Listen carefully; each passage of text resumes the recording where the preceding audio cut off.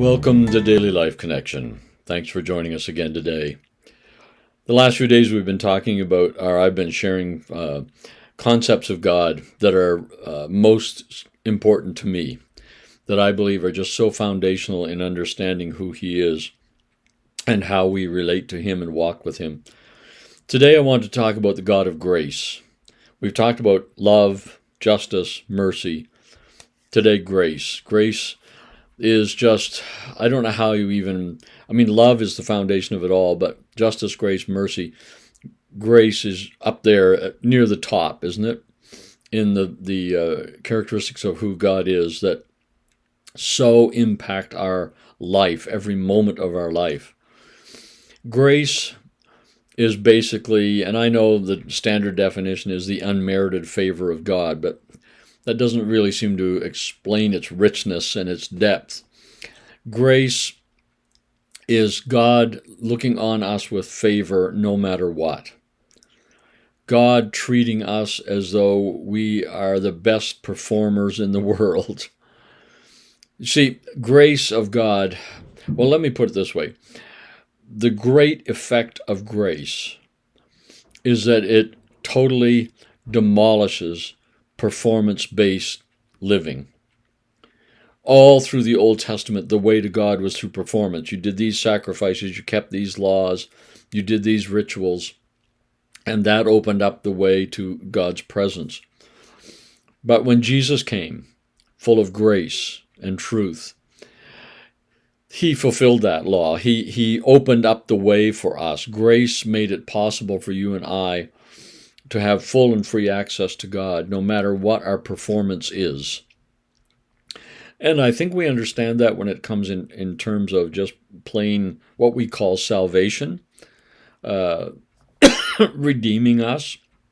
But I don't think we understand it most times in how that affects our daily living. Grace means that my performance has no bearing whatsoever on my standing with God. None. And grace is not fair. You see, performance-based relationships are fair. If you perform well, if you do certain things, then you receive certain benefits. That seems fair to us. But the person who shows up for work at 4 in the afternoon, getting paid the same as the one who shows up at 8 a.m. and works all day, that doesn't seem fair to us. And it isn't fair. Grace is not based on fairness. Grace is based on the outrageous blessings of God being poured out on us, regardless of our performance, and totally unrelated to our performance. You see, grace is wonderful when we realize that we all need it. That no matter how, I may perform better than somebody else in some area of my life, but that doesn't change God's blessing and favor on them or me. His blessing and favor is totally poured out of that heart of love and mercy for us, and His grace is the result of it. Grace totally destroys the karma principle. You get what you deserve. You reap what you sow. With grace, that's not true with God anymore. We reap what He sowed. You see, that's the point of Jesus coming and living faithfully and fulfilling the law and dying and rising again and adopting us into Himself and taking us back into His presence. That just bypasses all of that. It just bypasses all of that. So grace, you see, in grace, God burned the record books. There are no record books being kept. In the Colossians, it talks about that in Colossians chapter 2. That He nailed our record to the cross. It's done with. It's gone. Yeah, there was a record book, but it's gone. It's been blotted out, erased, destroyed, deleted. It is not a factor anymore. When we stand before God, our behavior, our performance is not going to affect our status with Him. That's the grace of God. Some people object to that and say, well, that's cheap grace. There's nothing cheap about it. Jesus paid with His life to give us all of this.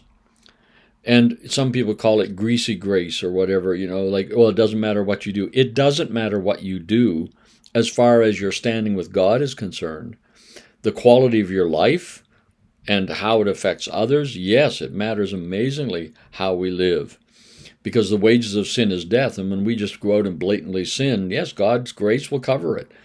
But the reality is it still hurts us, it destroys others, and it has consequences in this world and in our lives and in the lives of others. But it doesn't have consequences with God, because Jesus took all our sins, all of them, every one of them, even the ones that we may deliberately commit. He took them all on himself and paid for them and got rid of them. And so that's what grace is all about. The grace of God is so huge and so amazing that we'll never begin to comprehend it all. But we just can embrace it and rejoice in it, enjoy it, and live in thankfulness for it the rest of our lives. The grace of God, incredible, important concept of who he is. So those are my big four: love, justice, mercy, grace for me. I'm sure there are others as well.